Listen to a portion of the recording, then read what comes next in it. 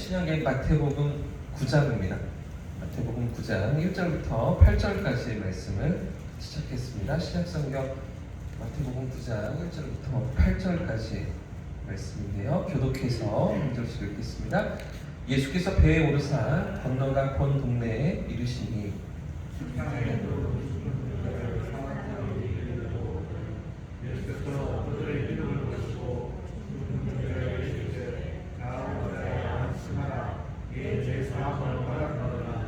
어떤 서기관들이 속으로 이르되 이 사람이 신성을 모독하도다.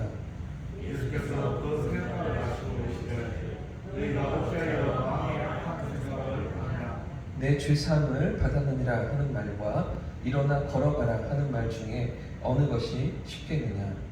그러나 인자가 세상에서 죄를 사랑하는 이들을 너희가 알게 하시고 죽은 자에게 말씀하시되 일어나 이 심상한 말로 집으로 가라 하시니 그가 일어나 집으로 돌아가거늘 우리가 보고 두려워하며 이런 권능을 사람에게 주신 하나님께 영광을 돌리노라. 아멘. 아멘. 할렐루야. 아멘. 먼저 성령께서 우리 삶을 인도하실 줄 믿습니다. 아멘.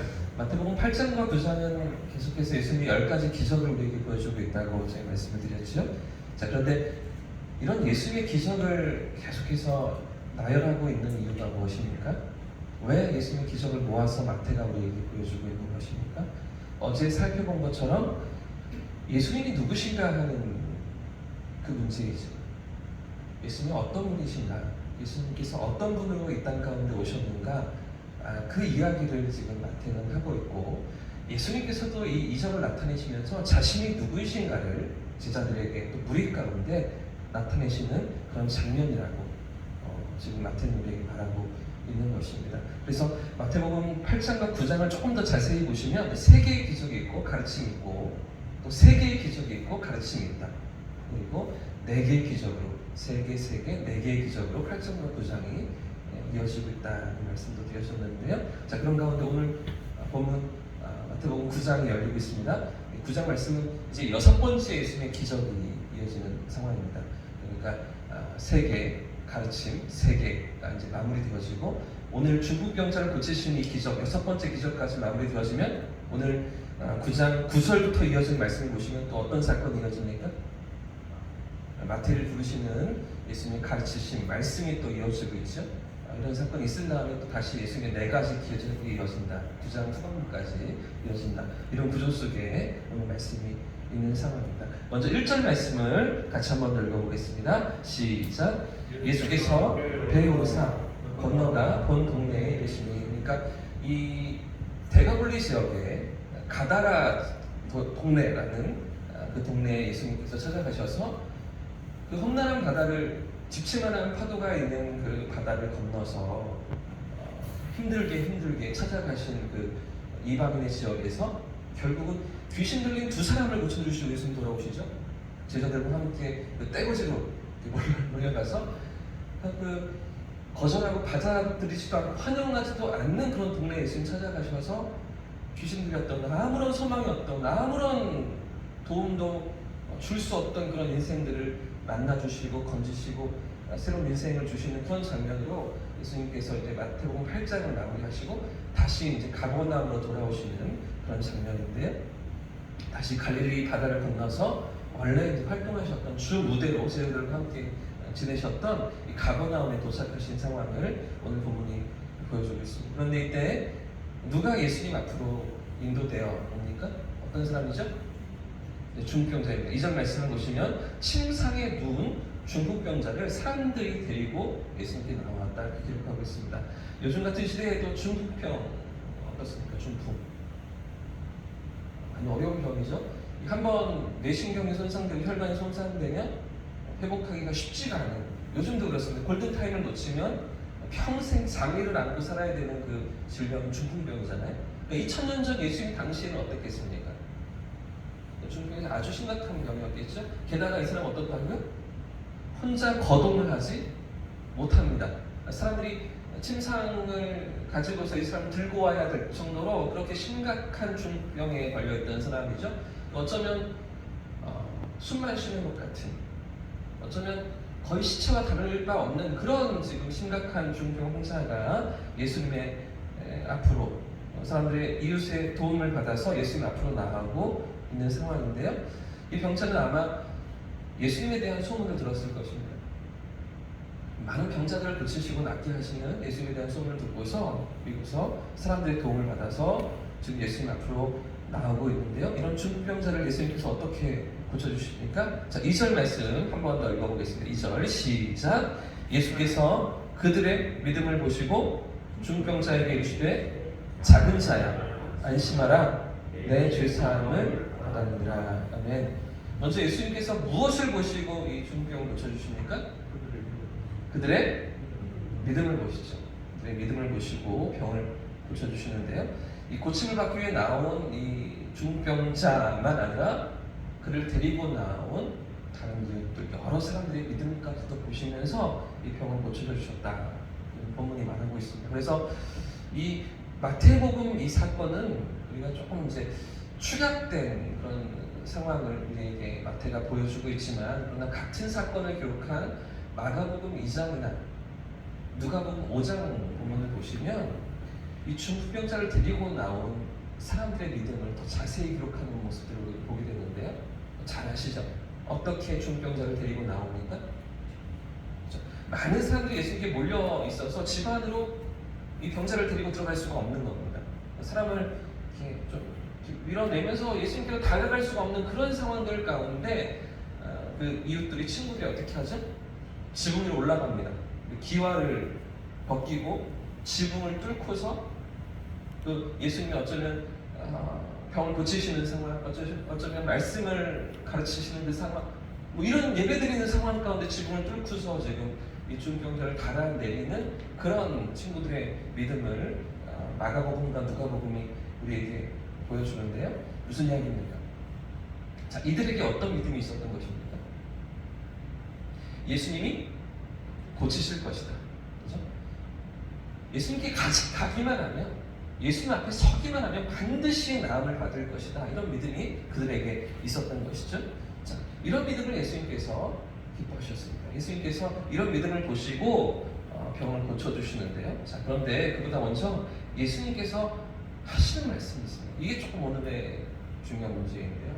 그래서 병을 고쳐주시면 되는데 이전에는 하지 않으셨던 말씀을 하심으로써 이제 분란이 시작되고 충돌이 시작되는 장면이 오늘 마태복음 9장에 기록되고 있습니다. 자, 2절 말씀 다시 한번 보시면 중풍자에게 이르시되 작은 자야 안심하라 이렇게 말씀. 그 다음 대목이 문제입니다. 네? 지금 예수님께서 뭐라고 말씀하십니까? 너의 죄 사함을 받았다 이렇게 말씀하시죠. 이 중풍자가 왜 예수님께 지금 나왔습니까? 어렵게 사람들, 그 많은 사람들을 피할 수가 없어서 지붕을 뚫고서 왜 예수님 앞으로 중풍자 나왔습니까? 자신의 병을 고침받기 위함이죠. 육신의 병을 고침받기 위해서 예수님께 나왔잖아요. 그래서 주님은 이 사람의 질병의 문제, 육체의 문제를 해결하시기 전에 무엇을 먼저 다루고 계세요? 죄의 문제를 다루고 계십니다. 이 죄를 먼저, 죄 사함의 문제를 먼저 다루고 계시는데요. 사실 여기에서부터 이 율법학자들과 바리새인들과 종교 지도자들과의 강한 이 충돌이 시작되고요. 결국에는 이 죄 사함의 선포로 인해서 신성모독죄라는 죄명으로 예수님께서 고발을 당하시고 십자가에 죽으십니다. 자, 그래서 지금까지는 그저 사람들의 병만 고쳐주셨지 이런 말씀을 하지 않으셨거든요. 근데 여기에서부터 예수님의 이 말씀이 시작되고 여기에서부터 예수님의 어떤 이 반발심이, 예수님께 대한 반발심이 더 강력해지는 그런 상황으로 나아가게 되는데요. 이 믿음을 보시고, 이들의 믿음을 보시고서 그리고서 하시는 말씀이 내 죄 사함을 받았느니라. 어쩌면 하지 않으셔도 되는 말씀을 하시면서 어려운 가운데 예수님 들어가게 되는데, 지금 그래서 이 율법학자들의 반발은 무엇입니까? 지금 많은 사람들이 예수님을 따르고 예수님께 환호하고 열번하고 있기 때문에 드러내놓고 말은 못합니다. 아무 소리도 하지 못하지만 그러나 속으로 이 율법학자 서기관들이 품고 있는 생각이 무엇입니까? 자, 3절 말씀을 보시면 어떤 서기관들이 속으로 이르되 이 사람이 어떻다고요? 하나님을 모독한다, 신성을 모독한다, 이 아주 참담하다, 라고 생각하면서 지금 예수님 바라보고 있는 그런 장면인 것이죠. 사람의 죄를 용서하실 수 있는 분은 오직 하나님밖에 없다고 그들이 수천 년 동안 믿어왔기 때문입니다. 그렇게 배웠고 그렇게 믿었고 그렇게 가르쳐 왔던 그런 유대인들인 것이죠. 자, 그러니 지금 눈앞에서 이 예수라는 젊은 랍비가 하고 있는 주장이 무엇입니까? 자칭 하나님이라면서 자신이 하나님이라면서 신성을 모독하고 있는 거죠. 하나님밖에 하실 수 없는 그 죄사함의 선포를 지금 자기가 하고 있는 것입니다. 그들의 입장에서는 도저히 받아들일 수 없는 그런 말들을 이제 던지고 계시는 그런 예수님이신데요. 여러분, 그럼에도 불구하고 이 순간 예수님께서 가르치시고 선포하시면서 깨닫기 원하시는 것이 무엇입니까? 예수님이 누구이신가?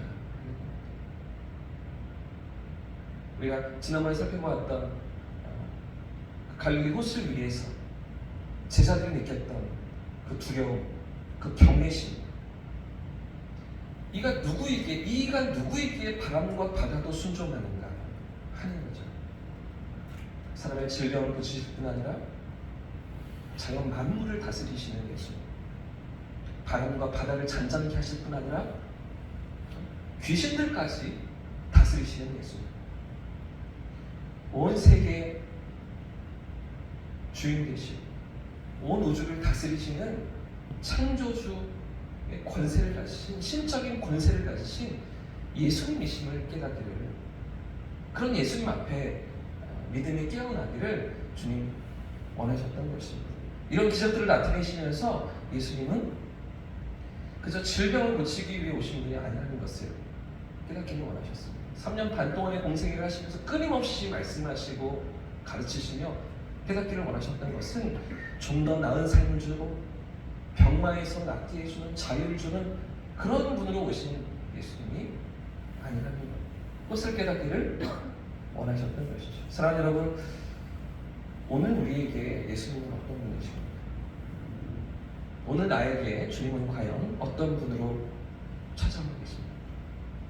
인생의 질병만 아니라 우리 모든 영혼의 죄의 문제까지도 다루시며 해결하시며 우리의 구원자 되시는 줄 믿습니다. 영원한 세계를 여시고 하나님 나라를 주시기 위해 오신 우리의 구원자이신 줄 믿습니다. 비록 그들은 주님을 알아보지 못합니다. 이렇게 가르치시고 이렇게 깨우쳐 주시고 수많은 이적과 표적을 나타내시는데도 끝내 예수님을 죽이고 말았지만, 그러나 주님은 계속해서 말씀하시죠. 이제부터 말씀하시기 시작하십니다. 귀 있는 자는 들을지어다. 들을 귀가 있는 자들은 알아들어야 한다라고 말씀하시면서 끊임없이 반복하시면서 깨우치시는 그런 주님의 모습을 우리가 보게 되는데요. 여러분, 오늘도 내 삶에 찾아와 계시고 나와 함께 하시는 온 우주의 주인, 나와 함께 하시고 내 걸음을 인도하시는 그런 하나님이심을 믿음의 눈으로 고백하면서 바라보면서 주님과 함께 걸어가는 이 혈과 되시기를 주님의 이름으로 축복합니다.